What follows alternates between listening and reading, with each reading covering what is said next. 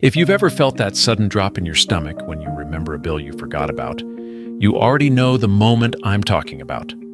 That half-second pause where your brain instantly starts running emergency math you never asked for. Can I cover this? Will my account dip negative? What can I delay just to survive the week? For a long time, that feeling wasn't rare for me. It wasn't occasional. It was constant background noise. What shocked me most wasn't even the stress itself. It was how much mental space it occupied. It crept into quiet moments. It hijacked conversations about the future. It followed me into sleep. I used to believe this was just adulthood, taxes, sore backs, financial anxiety, something everyone complains about but quietly accepts. Until I realized something that changed everything. Money's real power is not what it buys physically, it's what it frees mentally. Money doesn't just purchase objects. It purchases brain space, it buys cognitive bandwidth. And when you don't have enough of it, you're not only financially constrained, you're mentally overloaded. Your brain is running at maximum capacity while half of its processing power is trapped running a background anxiety program you can't shut down. This isn't motivational talk, it's documented science. Researchers studying scarcity at Princeton and Harvard found that active financial stress reduces cognitive performance by roughly 13 IQ points. That's about the same impact as losing an entire night of sleep, except you don't recover it the next morning. You carry that deficit into every decision you make. And here's the dangerous part most people never realize. You don't feel dumber. You just feel tired, overwhelmed, indecisive. But the math of your life is now being calculated with a compromised processor. Think about what that means in real life.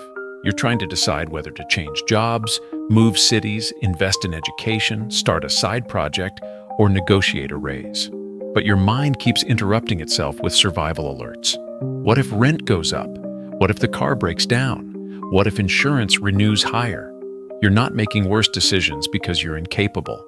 You're making worse decisions because your mental resources are being hijacked by instability. That creates a brutal feedback loop. Stress reduces decision quality. Lower quality decisions increase financial pressure.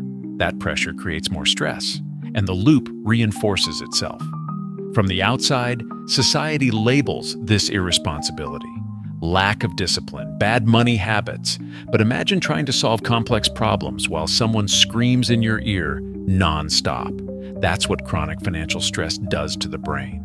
I understood this deeply one afternoon, sitting in a coffee shop trying to work on a project that could have moved my career forward. I stared at my laptop for 90 minutes and accomplished nothing. Not because I was lazy, but because part of my brain kept replaying the same numbers. I had a few $100s in my account.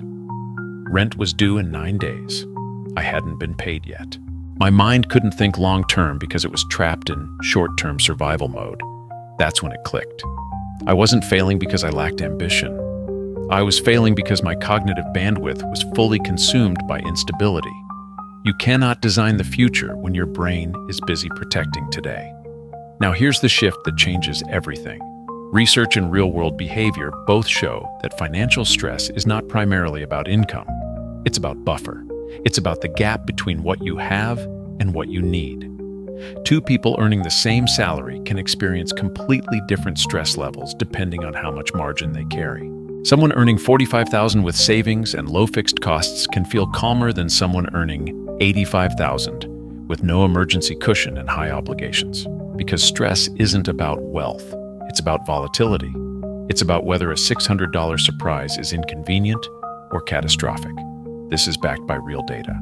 According to the Federal Reserve's latest household financial survey, about 1 in 3 adults still cannot cover a $400 emergency expense with cash in 2025. That means millions of people are living one small problem away from panic. And panic is expensive. It forces bad timing, bad borrowing, bad selling, bad decisions. This reframes what financial success actually means. We obsess over income numbers. But income without stability is fragile. And most financial advice skips this step. It jumps straight to investing in long-term growth while ignoring the psychological reality of someone stuck in survival mode. That's like telling someone who's drowning to focus on swimming technique. The advice isn't wrong, it's just mistimed. The real first step out of financial stress is not building wealth. It's building buffer, that first layer of money that sits between you and panic. Because that money doesn't just sit in your bank account, it sits in your nervous system. It quiets the background alarm. When that happens, everything shifts. I experienced this when I finally saved around $1,500 and promised myself I wouldn't touch it unless something actually broke. Nothing in my life changed on paper. Same job, same apartment, same unreliable car. But my sleep improved within weeks. My baseline anxiety dropped. My body stopped treating every day like a crisis. And suddenly I started making better decisions. Not because I became smarter, but because I finally had the mental room to think. I meal prepped instead of grabbing expensive convenience food. I fixed small issues before they became expensive problems. I compared insurance plans and lowered my monthly costs. None of this required heroic discipline. It required clarity. Psychologists often describe this shift as moving from a scarcity mindset to an abundance mindset. But it's not philosophical. It's neurological. Chronic stress suppresses activity in the prefrontal cortex, the part of your brain responsible for planning, impulse control, and long-term thinking. When stress drops, that system comes back online. Now let's talk about building the buffer in real terms. The most common starter target is $1,000, and it isn't random. That amount covers the majority of everyday financial emergencies: car repairs, medical copays, broken phones, unexpected bills. It won't solve everything, but it stops the constant bleeding. The hard part is getting there. Saving your first $1,000 is brutally difficult when you're living paycheck to paycheck. You're paying what economists call the poverty premium. Buying smaller quantities at higher prices, paying overdraft fees, paying convenience charges, getting stuck in expensive cycles because you don't have upfront capital. Even saving $50 per week, which is difficult for many households, takes roughly 5 months to reach $1,000. And that assumes nothing goes wrong during that time, which rarely happens. That's why most people fail multiple times. I watched someone close to me attempt to build an emergency fund 4 times. Each time they reached a few $100s, something broke. The money disappeared. And the emotional damage was worse than the financial loss, because every reset weakens belief. Eventually, people stop trying, and that's exactly what the system profits from. Overdraft fees, payday loans, and high-interest credit products depend on people giving up. With average credit card interest rates exceeding 20% in 2025, debt becomes a gravity field that pulls people back into survival mode faster than they can climb out. But let's say you push through, you cut aggressively, you sell unused items, you create extra income where possible, and eventually you see 4 digits in your savings account.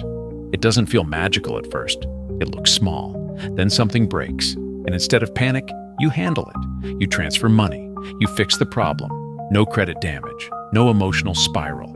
That's the moment you realize what you actually bought. Not stuff, not status. You bought the absence of panic.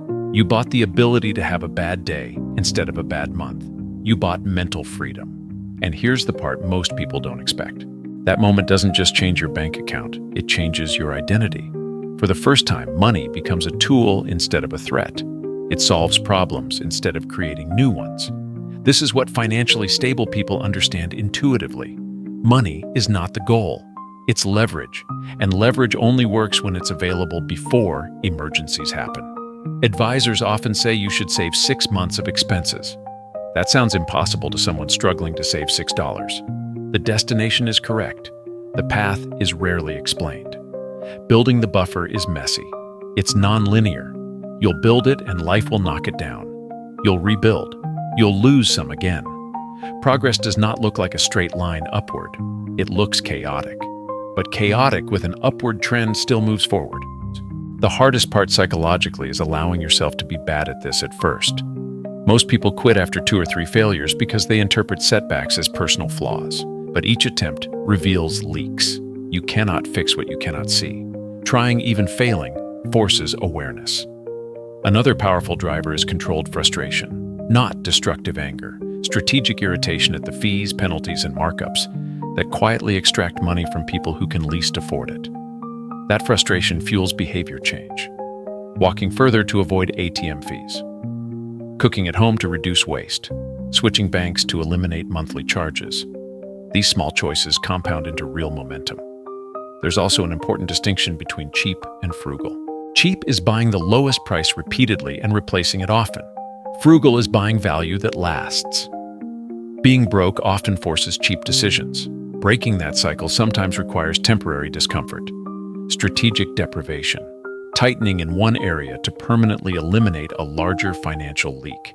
It isn't glamorous, but it works. When you finally hold that buffer consistently, something unexpected happens. You don't feel rich, you feel possible. You begin thinking in months and years instead of days. Your job becomes a funding source, not a life sentence. The buffer doesn't just protect you from emergencies, it protects you from desperation. It gives you the power to say no. No to predatory loans, no to exploitative work conditions, no to financial traps disguised as convenience. The most expensive part of being broke is not fees or interest. It's the decisions you make when you have no options. Building the buffer isn't building a savings account. It's installing a new operating system for your brain, one that runs on stability instead of panic. And once that system is active, everything else becomes easier. Investing stops feeling abstract. Career growth becomes strategic. Long-term planning becomes realistic. So yes, save the money. Fight the fees. Eat simple meals when necessary. Fail. Restart. Fail again. But understand what you're actually building. You're building mental clarity, agency, control. That first $1,000 isn't wealth, it's freedom from survival mode. And from that point forward, the compounding isn't just financial, it's psychological. And that is where real transformation begins. If this changed how you see money, type buffer in the comments. If you're ready to build stability the calm way, not the hype way, subscribe. Because chasing money creates stress, building structure creates freedom, and your future self is waiting for the version of you that starts today. Thanks for watching.